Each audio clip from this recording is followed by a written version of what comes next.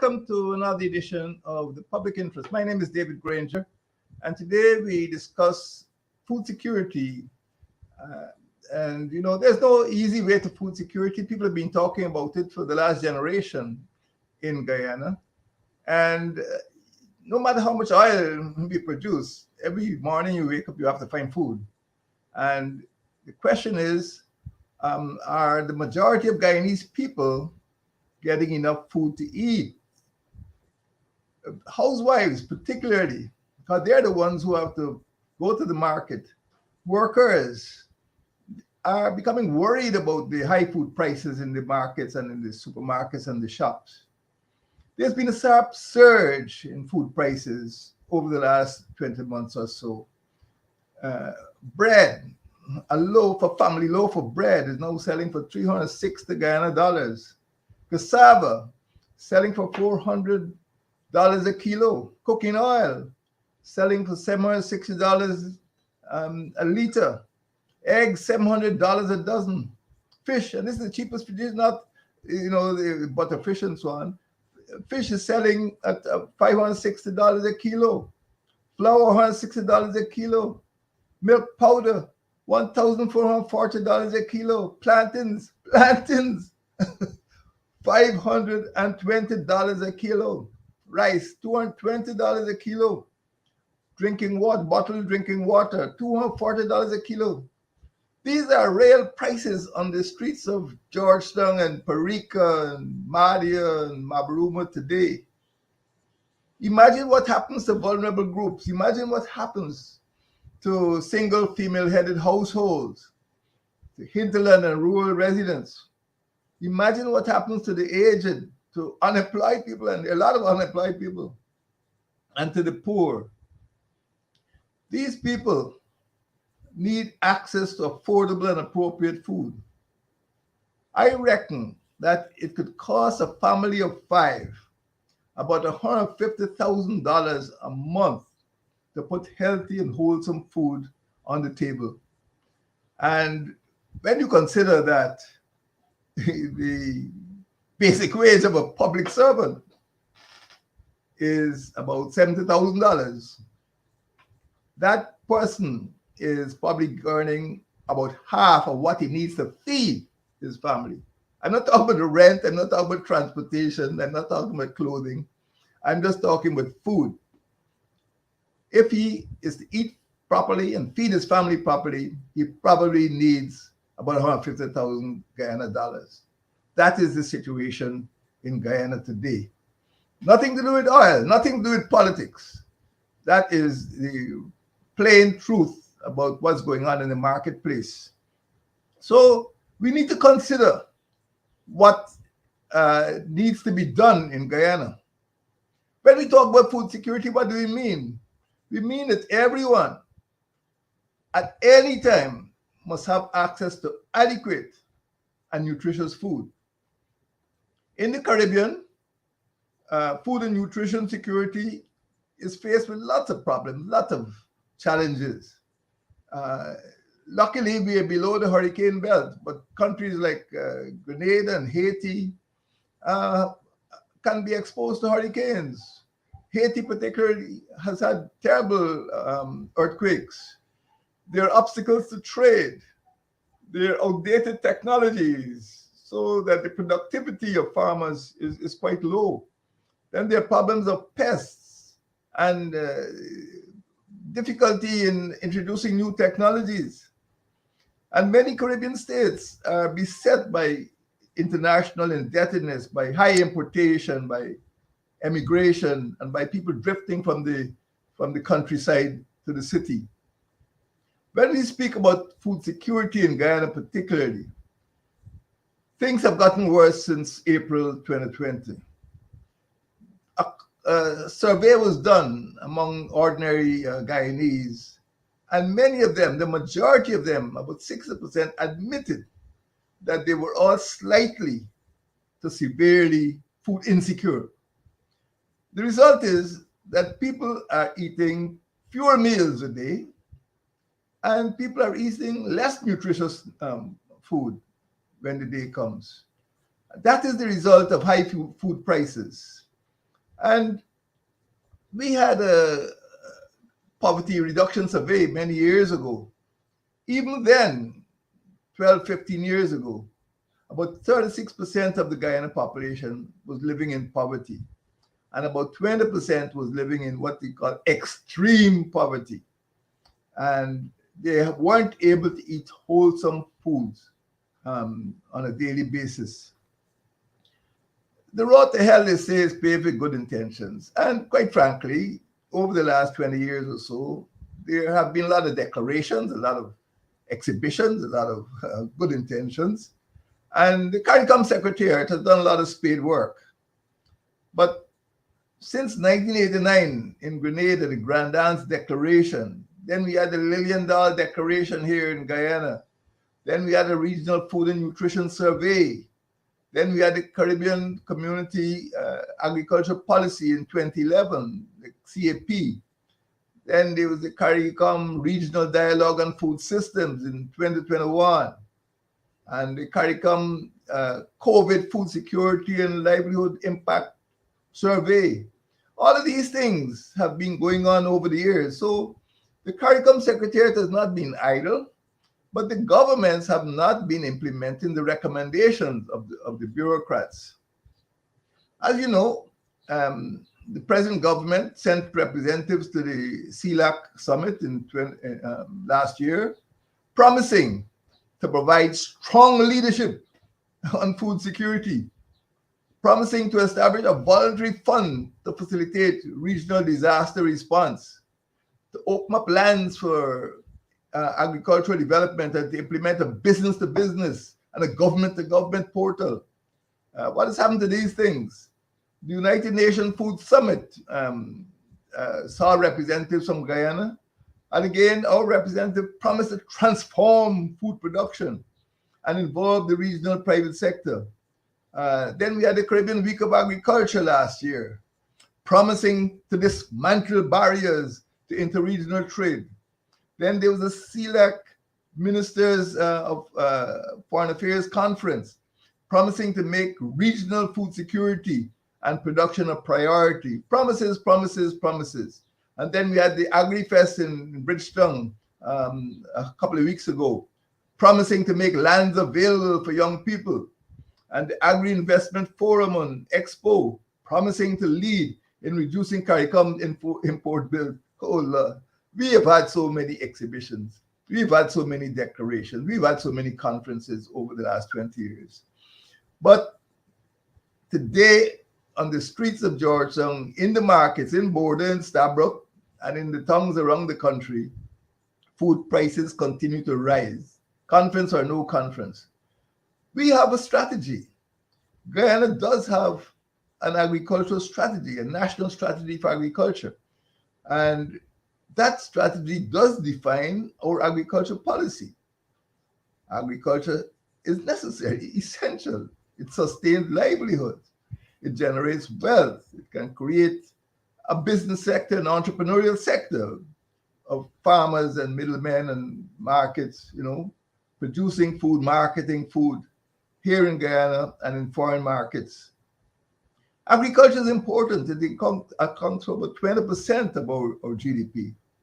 And about 1/3 of our population is employed in some agricultural pursuit or some activity related to agriculture. And it earns quite a lot of money.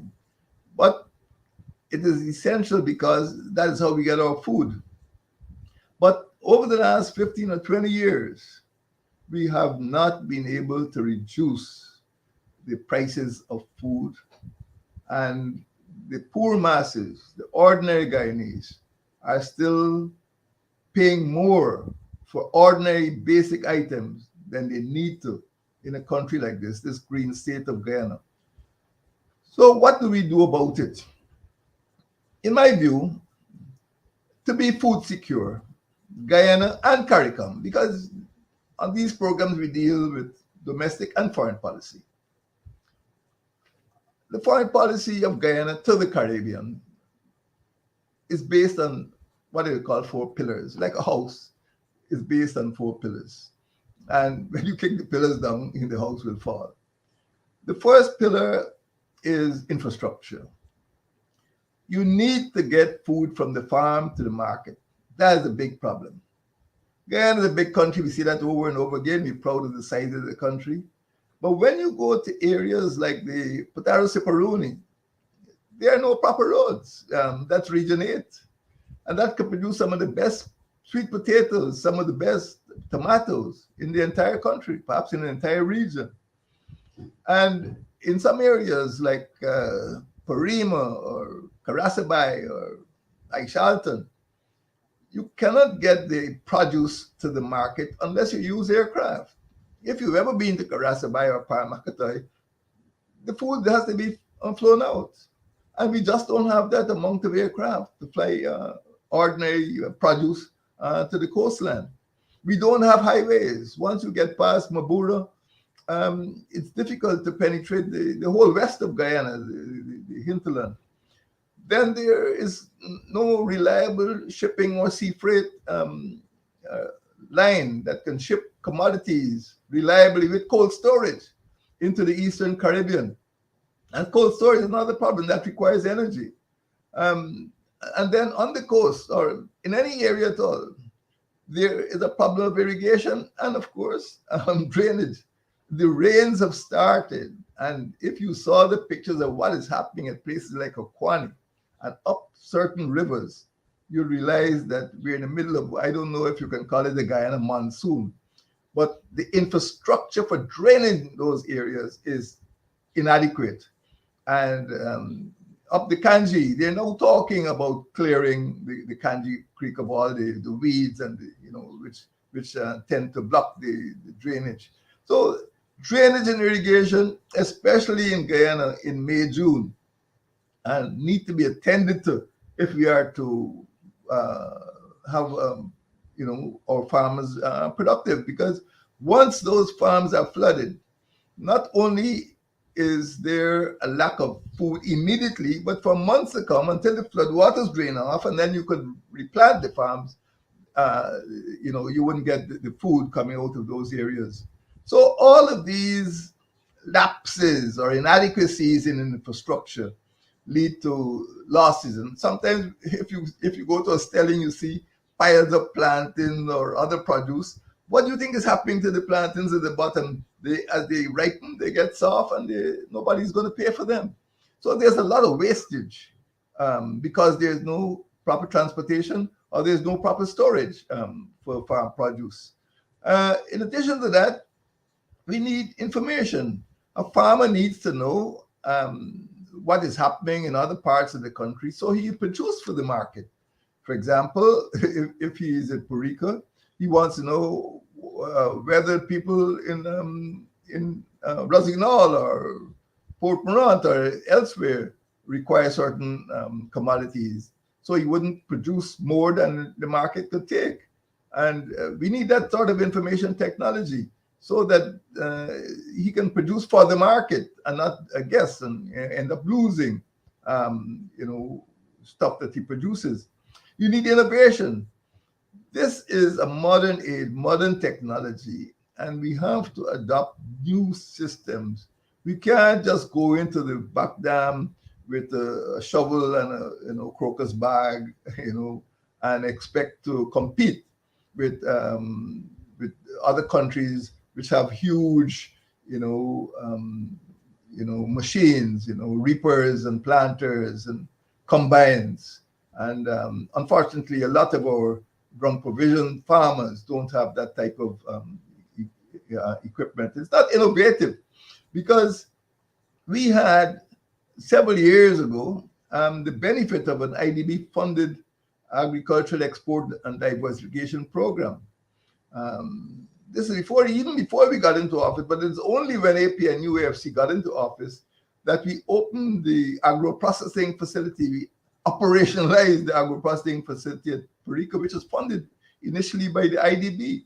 So we need that because once that facility starts to function, and of course it started to function 2 years ago under the AP and UAFC, we can start packaging food, preserving it, and exporting it. Most of all, we need investment. This government acknowledges that you need US $7.5 billion. That's a lot of money. That money is not going to come from the private sector. Banks are notoriously reluctant to put money into agriculture because of the pests and flooding and the danger of losing a crop. They don't want to lose the investment. Banks exist to make money. But in Guyana now and in the Caribbean, the bill to put agriculture production on a sound, secure footing is about $7.5 billion. It means that people have to spend money in order to get, to become food secure. Now, already, this government is coming to the halfway point. There are only about 2.5 years left for 2025. So if they produce a plan or a program or whatever they call it to become food secure by 2025, there's now some buzzword 5 in 2025. Well, 2025 is just 2.5 years away. And I don't know if it is possible to raise 7.5 billion US dollars over the next 2.5 years to make that food secure a realistic objective. So we're looking at the public sector, which means the government must find that money. The private sector is not going to plow 7.5 billion US dollars into agriculture. Uh, Everybody now is getting drunk with gasoline, with oil and gas. They don't have time for cassava and plantain and sweet potato. Everybody's looking to make a lot of money out of oil and gas. And unfortunately, a lot of the agriculture production, which we need to be embarking on, is being neglected. We hear about the CARICOM Sustainable Agriculture Credit Facility, but where is it? Is it functional? Is it providing credit to the farmers? Well, this is another promise still to be fulfilled. Once you are in Guyana, as we are now in May, June, the rains have started, there is going to be heavy rainfall. And because of the government's failure to ensure proper infrastructure, particularly drainage and irrigation infrastructure, the protection of our sea defenses, there's going to be flooding. And there has been flooding already. And we're just halfway into the rainy season. CARICOM states, to a greater extent, are affected by the impact of, or the adverse impact of climate change. And climate change affects our food security. And if we are to appreciate the fact that the Caribbean as a region is the world's second worst hazard prone region. It's second worst, in terms of disaster, hurricanes and earthquakes and storms. You realize that we need to do more to protect our farms and our livelihood from the danger of climate change, rising sea levels. And in Guyana, the big problem right now is floods. And when you see some of those floods in the riverine areas, Kanji, Pomeroon, Akawini, and so on, you realize that nothing could be done. Farmers just have to wait till the waters go down and then start all over again. And next year, May, June, they start all over again. And of course, what is happening now is aggravated by the pandemic. Many people have been dismissed by the government, in 2020, many public persons from the public service. And these hampers and cash grants are not enough. When, as I told you earlier, a few minutes ago, you're talking about $150,000 per family per month to be food secure, you realize that we're far, far away from being food secure. So, my friends, we come to the question of where do we go from here? We've been talking for 30 years and talk, well, in a way that's good because you know what the problem is. And as I say, the bureaucrats at the CARICOM Secretariat have done their work. They provided advice for the politicians. But there must be a master plan. And I would say that the ingredients are there for a master plan. Maybe 15 years ago, we knew what we were supposed to do, but the governments have not been doing it. And the reason is that, you know, there might be a different focus or the money is spent in other places. And this is exactly what is happening in Ghana today.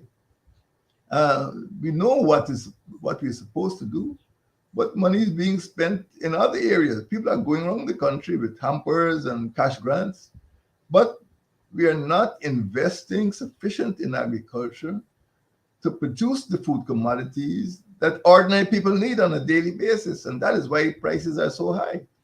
That is why it takes, $100,000, $150,000 to feed a family of five, and unless there is some high level of investment by the government in basic food crops, we are not going to get out of this food insecurity situation that we're in now. So there is a plan. The Caribbean knows what we need to produce. And Guyana, which likes to talk about being a bread basket of the Caribbean, rice bowl of the Caribbean, food hub of the Caribbean, needs to take the lead. And right now, the head of state of Guyana is the lead head of state in the Caribbean for food production and food security. So the buck stops with us here in Guyana. And still, despite the conferences, despite the exhibition, despite the declaration, despite the policies, 60% of our food is still imported from overseas, much of it from North America. There are many policies, there are many programs, but unfortunately, the goal of food security has been eluding us. And the people who suffer most are the housewives, the women who run families and who have to face the market every day, every week. And there just is not enough money to buy the commodities that are being offered. And when you have a situation of floods or when you have a situation of a pandemic, it means that you have higher prices and perhaps less food is going on the table. So we remain insecure, food insecure. We need to work with the CARICOM in order to get those four things put in place, particularly the investment, particularly the infrastructure. You cannot be bringing people from the Middle East, and when they ask you where are we going to plant these goods, they have to get into some launch, to go to Kokwani or to go to the intermediate savannas. They have to get into light aircraft to go to Region 7 or Region 8 or Region 9. No. People want to get into an SUV and drive comfortably to these so-called agricultural zones. And it is not happening. The roads are not there. The bridges are not there. Even the ferries are not operating, frequently enough to take investors in, even if they were investors, in and out quickly. Or if they go and produce food, how are you going to get the food out? So we are still to have a comprehensive plan. So we can attract investors. They come and they look and they leave because we do not have the infrastructure and we do not seem to be able to put sufficient investment into these areas. We need to improve interregional trade. And yes, there are problems in getting certain types of commodities into Trinidad or into Grenada or into Barbados.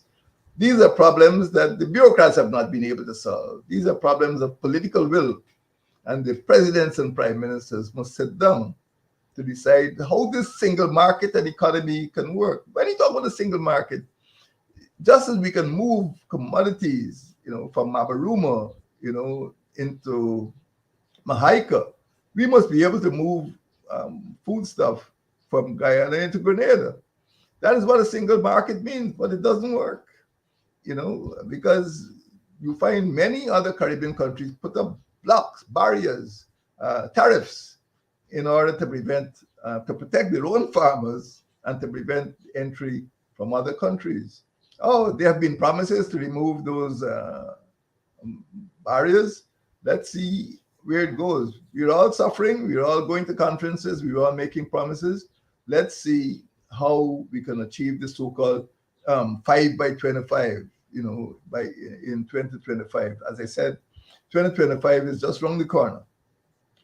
We need, as a Caribbean community, as a country, to pursue policies for food security, to generate added value. So rather than produce, plantains, we must learn to make plantain chips.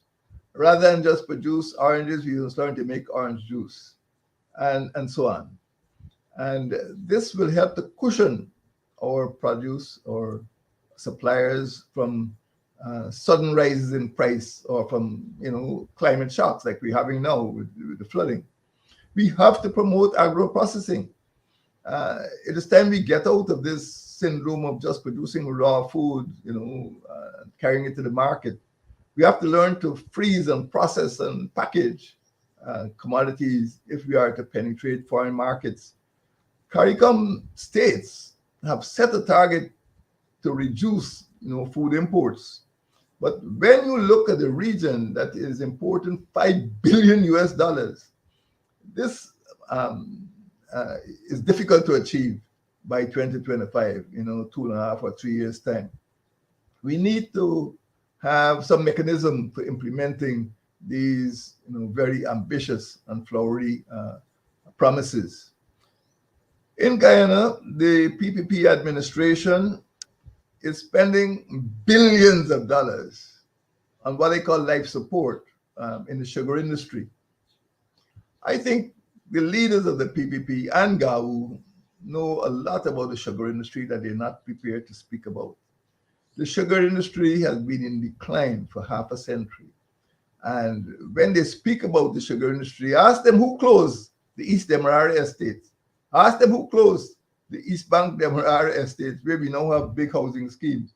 And you'll see that the PPP were closing estates over the last 30 years. And the reason is that the sugar that Guyana is producing is very expensive in the world market, and it is almost at the level of unsustainability.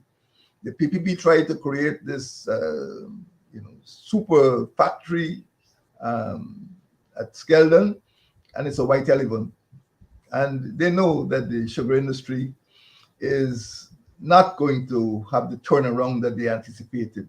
So by pumping more money into a dying industry, I'm not saying the industry is dead, but the industry must be rationalized. And this is what the APNU and AFC coalition was trying to do, rationalize it and make it sustainable. But right now, the PPP is continuing to pump money into sugar industry instead of pumping money into food. No matter how much sugar you produce, it will not put food on the plate of the housewives, and the poor families of this country. Instead, listen to this.